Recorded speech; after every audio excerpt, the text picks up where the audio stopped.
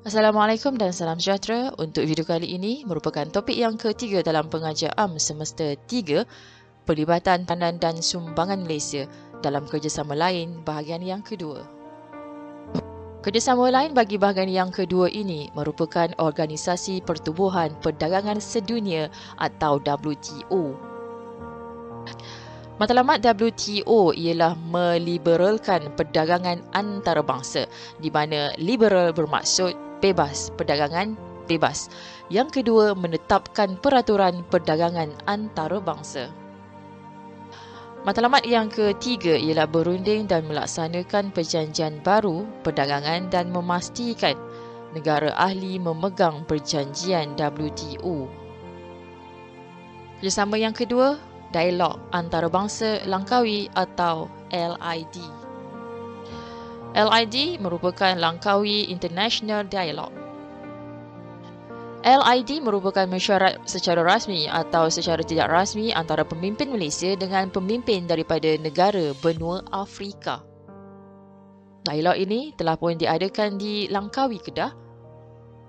Tujuannya untuk perkongsian pintar yang terbuka dan melibatkan ahli politik, kaki tangan awam, ahli perniagaan, pemimpin buruh, pengamal media, ahli akademik, aktivis budaya dan NGO.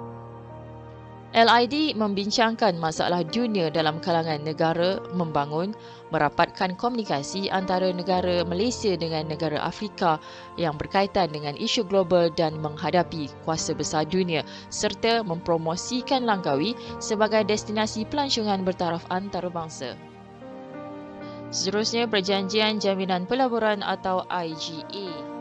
Malaysia telah mengadakan 56 perjanjian jaminan pelaburan atau IGA dengan negara membangun untuk menggalakkan pelaburan Malaysia dan negara berkenaan. Malaysia turut menawarkan insentif kepada firma untuk melabur di seberang laut, terutamanya di negara selatan. Salah satu pencapaian dalam dialog antarabangsa Langkawi ialah teknologi bio, di mana teknologi bio ini dalam masa yang singkat tujuannya dapat menghapuskan kemiskinan, manakala untuk tempoh masa yang panjang dapat mengekalkan pertumbuhan ekonomi dunia. Kesatuan Eropah atau EU.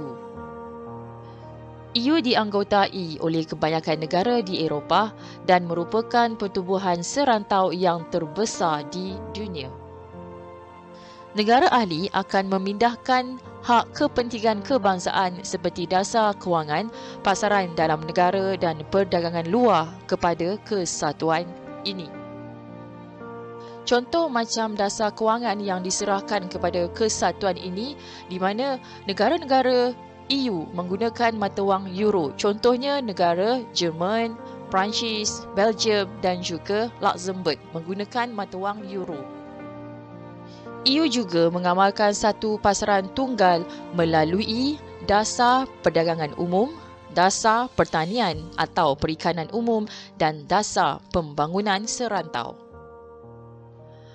Mata wang euro telah pun diperkenalkan pada tahun 2004 dan digunakan oleh 13 negara ahli. Isu terkini berkaitan dengan euro ialah pembesaran kesatuan tersebut, bermaksud kalau dulu kawasannya melibatkan 13 buah negara tetapi dia nak besarkan lagi pengaruh kesatuan ini di negara-negara Eropah yang lain. Isu berkaitan dengan hubungan dengan Amerika Syarikat, penyertaan euro di negara anggota yang masih belum menerima mata wang EU, sebagai contoh negara Switzerland menggunakan mata wang Swiss franc, diorang tidak menggunakan euro. Dan isu penerikan diri dari negara Britain iaitu Brexit. Brexit bermaksud Britain exit.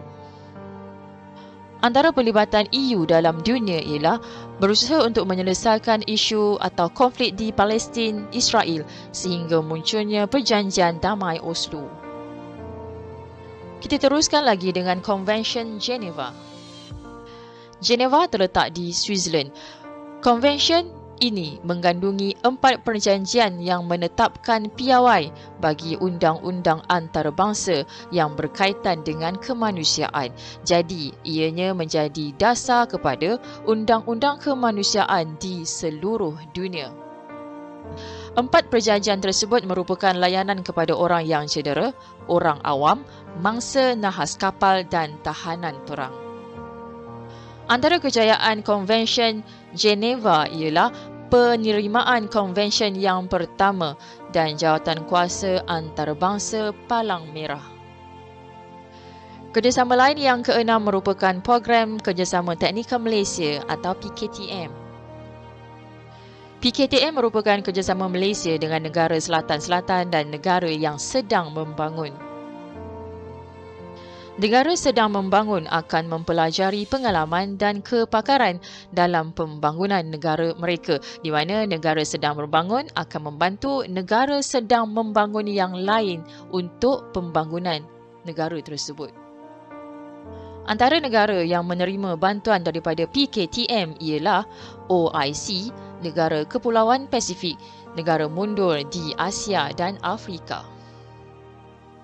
Malaysia menawarkan kerjasama dalam bidang teknikal kepada negara selatan dan melaksanakan kerjasama rapat dengan sektor swasta atau NGO dalam bidang pelancongan industri kesihatan dan pendidikan.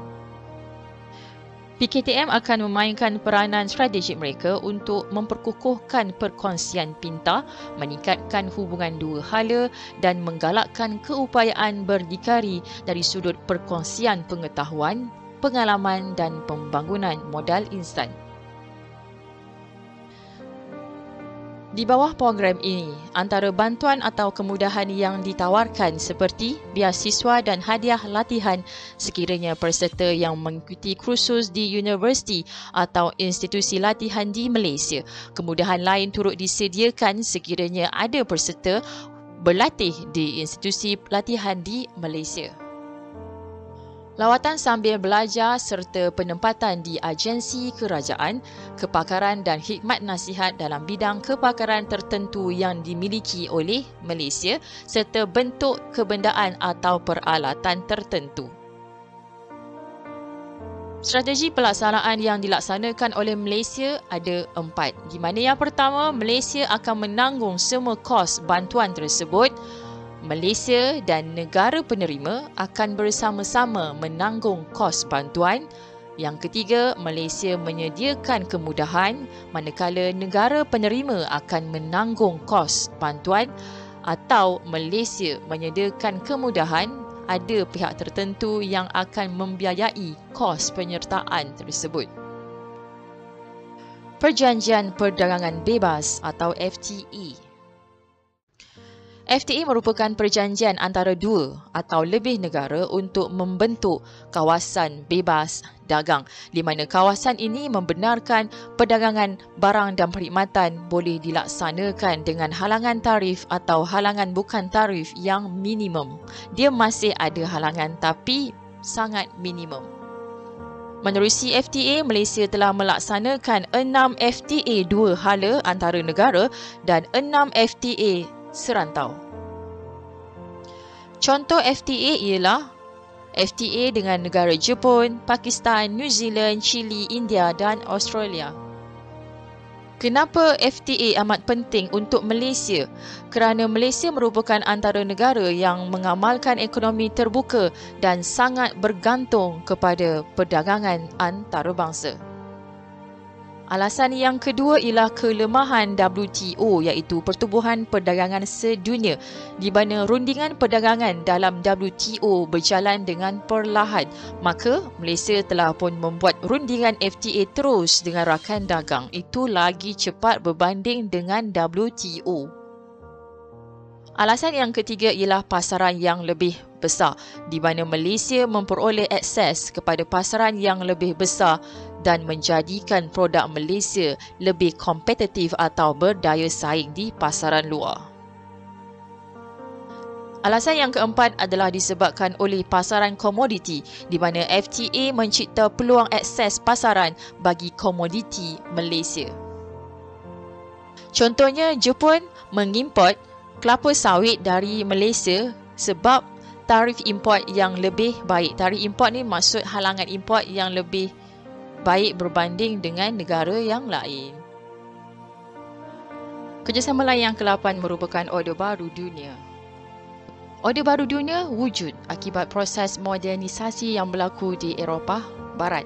Kesannya, negara yang kuat dapat menguasai hal ehwal dunia. Orde Baru Dunia membentuk satu sistem yang mana hal ehwal dunia dikuasai bagi melindungi kepentingan kuasa besar atau negara yang kuat ini. Salah satu kuasa besar dunia ialah Amerika Syarikat. Jadi, apakah faktor Amerika Syarikat menjadi sebuah kuasa besar? Faktor yang pertama dari sudut politik, media dan teknologi. Dari sudut faktor politik, Orde Baru Dunia merupakan satu sistem pemerintahan bersifat kapitalis Amerika Syarikat. Ia juga merupakan penjajahan baru yang lebih licik dan berbahaya oleh Amerika Syarikat untuk menguasai dunia dalam segenap aspek. Ianya berasaskan ilusi dan kebendaan material semata-mata. Konspirasi ini menjadikan manusia sebagai hamba kepada golongan elit. Penghambaan yang dilakukan adalah berbentuk percukaian dan bebanan hutang. Selain itu, Orde Baru Dunia merupakan pemaksaan penguasaan politik, ekonomi, budaya dan sosial daripada kerajaan Amerika Syarikat terhadap dunia, terutamanya dunia timur dan dunia ketiga. Faktor media turut memainkan peranan yang penting untuk menjayakan propaganda Orde Baru Dunia di mana saluran maklumat yang diberikan kepada masyarakat dunia akan dikawal dan disaring. Media juga merupakan salah satu medium yang berjaya memesongkan pemikiran masyarakat dunia. Bagi faktor teknologi pula, agenda mereka akan dilakukan menerusi perubatan, perbandaran, pengangkutan, telekomunikasi, perniagaan, pendidikan, infrastruktur, persenjataan, perbankan dan pentadbiran. Kerjasama lain yang ke-9 merupakan Protokol Madrid. Apa itu Protokol Madrid? Protokol Madrid merupakan satu sistem pendaftaran cap dagangan antarabangsa yang ditadbir oleh Pertubuhan Harta Intelek Dunia atau WIPO. Faedah menyertai protokol ini memudahkan perniagaan tempatan berkembang ke luar negara di mana jenama tempatan dapat melindungi dan mempromosikan produk mereka di 122 negara menerusi sistem Madrid. Sistem Madrid ni merupakan satu sistem pemfailan tunggal untuk pendaftaran di mana-mana negara. Kelebihan sistem ini yang pertama, kos penfailan yang lebih murah, memudahkan para peniaga untuk menjalankan perniagaan antarabangsa dan memudahkan para pelabur untuk membuat pelaburan. Perkara yang ke-10 merupakan penglibatan Malaysia di arena antarabangsa. Yang ini merupakan rumusan atau secara keseluruhannya. Pertama, kita akan lihat dalam bidang ekonomi. Malaysia mengamalkan ekonomi terbuka di mana Malaysia sangat bergantung kepada perdagangan ekspor. Kemasukan pelabur asing ke dalam Malaysia mampu membasmi kemiskinan dan menyediakan peluang pekerjaan.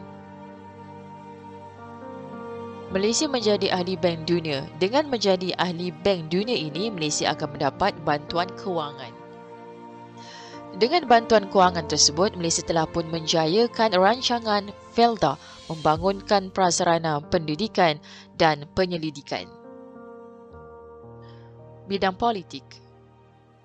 Menerusi kerjasama PBB, Malaysia telah pun menyelesaikan beberapa konflik antarabangsa, antaranya menghantar tentera pengaman di Kongo Afrika bagi menamatkan perang saudara yang berlaku di sana. Menjaga keamanan di Namibia di mana Malaysia membantu negara itu mencapai kemerdekaan. Malaysia turut menghantar pasukan pemerhati di sempadan Iran, Iraq dan Kampuchia serta pasukan pengaman ke Bosnia. Malaysia juga mendapat pengiktirafan daripada pihak PBB di mana Malaysia menjadi ahli Majlis Keselamatan PBB. Wakil Malaysia ke PBB iaitu Tan Sri Razali Ismail telah pun dilantik sebagai pengerusi Perhimpunan Agung PBB. Beliau turut menjadi wakil khas PBB ke Myanmar untuk menyelesaikan masalah politik. Penglibatan Malaysia dalam bidang alam sekitar. Antara perjanjian alam sekitar yang disertai oleh Malaysia ialah Protokol Cartagena, merupakan persidangan kepelbagaian biologi, Protokol Montreal, isu yang berkaitan dengan bahan pemusnah lapisan ozon, Protokol Copenhagen, isu perubahan iklim. Protokol Kyoto, isunya berkaitan dengan pemanasan global dan pembebasan gas rumah hijau, Konvensyen Stockholm, pencemaran organik yang berkekalan, Konvensyen Basel, merupakan isu yang berkaitan dengan kawalan pergerakan buangan berbahaya, rentas sempadan dan pelupusannya. Selain itu, Konvensyen Rotterdam, bahan kimia berbahaya dan racun perosak dalam perdagangan antarabangsa, Perisytiharan Rio, isu yang berkaitan dengan persidangan bumi dan deklarasi Langkawi pencemaran global. Kerjasama lain yang terakhir merupakan kerjasama APEC 2020 yang baru dilaksanakan. Semasa APEC 2020 dijalankan, terdapat beberapa perjanjian yang telah pun dimeterai, antaranya ialah Wawasan Putrajaya 2040. Wawasan Putrajaya merupakan satu wawasan yang ditubuhkan untuk menggantikan Matlamat Bogor yang telah pun dilakukan pada tahun 1994. Matlamat Wawasan Putrajaya ini adalah untuk memastikan rantau Asia Pasifik menjadi rantau ekonomi dinamik dan terkemuka. Ianya melibatkan 3 pemacu ekonomi. Yang pertama, perdagangan dan pelaburan. Kedua, inovasi dan digitalisasi dan mendepani krisis pandemik dan kecemasan. Perjanjian yang kedua yang telah pun dimeterai menerusi APEC 2020 ialah Deklarasi Kuala Lumpur. Deklarasi ini telah pun dimeterai oleh 21 pemimpin negara. Fokusnya adalah untuk usaha pemulihan daripada COVID-19 dan impak ekonominya, keperluan akses kepada vaksin yang selamat dan mengesahkan sokongan kerja kepada WTO. Keputusan lain menerusi APEC 2020 ialah kepentingan persekitaran perdagangan dan pelaburan yang bebas, adil, telus, terbuka, tiada diskriminasi dan boleh dijangka. Pekerja yang terjejas akibat daripada COVID-19 tadi akan diberi sokongan, maka keperluan untuk memajukan keperluan sumber manusia, mengukuhkan ekonomi dan mengukuhkan kerjasama teknikal amat diperlukan. Penggunaan teknologi baru amat perlu untuk mengendalikan sumber dan pembaziran yang lebih mampan dan secara holistik. Selain itu, komitmen untuk menyokong usaha global bagi menangani isu perubahan iklim, cuaca melampau dan bencana alam. Video ini merupakan video yang terakhir bagi kenegaraan semesta yang ketiga. Itu sahaja untuk kali ini. Terima kasih.